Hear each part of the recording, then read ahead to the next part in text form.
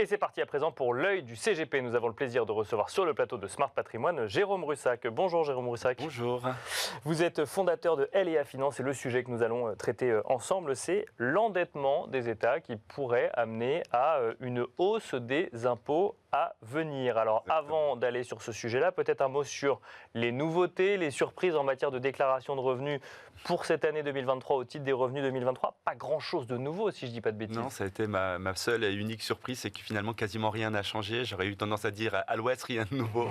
Mais effectivement, on est dans une situation qui ressemble à une situation de blocage. D'accord. Ouais. Donc inertie de la part du gouvernement, parce que les lois fiscales sont là pour un peu orienter l'économie. Bien sûr. Du coup, ça m'a interrogé ce sujet et j'ai essayé de regarder ce qui concernait nos investisseurs qui sont des contribuables majoritairement, et j'ai vu qu'ils étaient pris depuis une trentaine d'années dans une espèce de tenaille. D'accord. Et c'est ce sujet-là qui m'intéresse. Donc c'est quoi cette tenaille? C'est déjà une augmentation des impôts, même si là rien n'a bougé, mais depuis une vingtaine ou une trentaine d'années, on va parler de la TVA, on va parler des cotisations sociales, la fameuse CSG-CRDS, qui est passée de 3 à 17%, donc une pression par le haut pour les investisseurs, les contribuables, et une pression par le bas, on l'a vu avec des prestations sociales qui commencent à baisser, moins de chômage pour les cadres, allongement des durées de cotisation pour la retraite, fiscalisation même des pensions de retraite.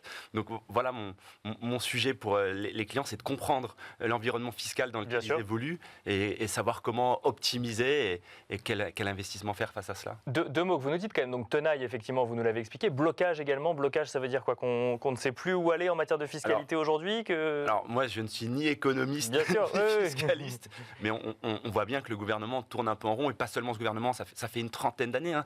Tout ça est très lent. Voilà, est-ce qu'il faut baisser l'impôt, augmenter les investissements, augmenter l'impôt pour réduire l'endettement? On a un endettement qui est globalement 5,5 du PIB, donc moi j'interagis pas sur ce sujet-là, je vois seulement que nos investisseurs sont coincés dans cette inertie. Cette inertie n'est pas bon pour eux parce que l'inflation est là, donc au mieux ils s'appauvrissent en ne faisant rien, et notre travail c'est de leur faire comprendre qu'il y a des choses à faire, qu'il y a des solutions à mettre en œuvre, les accompagner dans des stratégies de très long terme. Il y a une vraie notion d'éducation financière pour ces gens-là.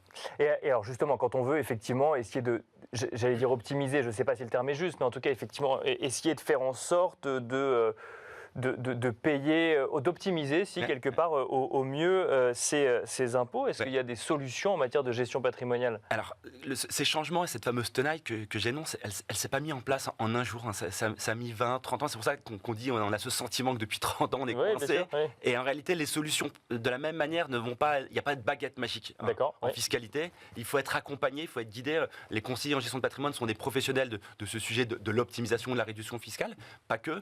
Mais la réalité, c'est qu'il faut investir. Voilà, je pense à des jeunes personnes qui se lancent sur le marché du travail. Il faut mettre tous les mois de son argent sur un contrat d'assurance vie, ouvrir un PER, penser à l'immobilier, mais réfléchir à l'impact des revenus fonciers, voire à long terme des droits de succession. Donc, il faut mettre une stratégie en place et optimiser tout ça tout au long de sa vie en réalité. Donc investir soi-même quelque part pour se dégager des revenus complémentaires, c'est ça l'idée, ou créer du capital? Il faut se prendre en main, puisqu'il y a ce désengagement de l'État sur ces grands sujets, et clairement tout seul on n'y arrive pas. Quand on dit grand sujet, on parle quoi? On parle de la retraite par exemple, ou... La retraite ou tous les sujets d'épargne. Quand on parle d'inflation, c'est qu'on va avoir moins d'argent à long terme, donc on aura moins accès même à des loisirs, ou pas seulement sa retraite avant d'y arriver, mais même si on veut payer les études de ses enfants. Aujourd'hui, une école de commerce, c'est 10-15 000 euros par an, donc voilà, si on a 3 enfants et qu'on doit faire 3 ans à chaque fois, c'est beaucoup d'argent à mettre sur la table, donc c'est ça nos sujets.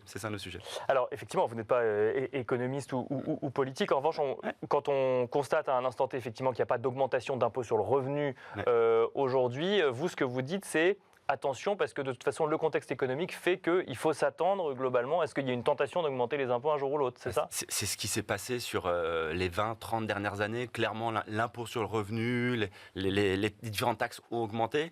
On a même, nous, dans l'étude des différentes stratégies à mettre en œuvre pour nos investisseurs, fait réfléchir un certain nombre de particuliers et les emmener sur des investissements de type IS, avec des créations de structures familiales, type SRL familiale, type SCI familiale à l'IS, pour essayer de leur faire éviter l'impôt sur le revenu, parce que l'impôt sur l'IS, l'impôt sur les sociétés, pardon, voilà, l'Europe a plutôt tendance à baisser, contrairement à l'impôt sur les particuliers qui lui a tendance à augmenter. Merci beaucoup Jérôme Russac de nous avoir accompagnés dans l'œil du CGP. Je rappelle que vous êtes fondateur de LEA Finance. Merci beaucoup. Merci. Et quant à nous, on se retrouve très vite sur Bismart.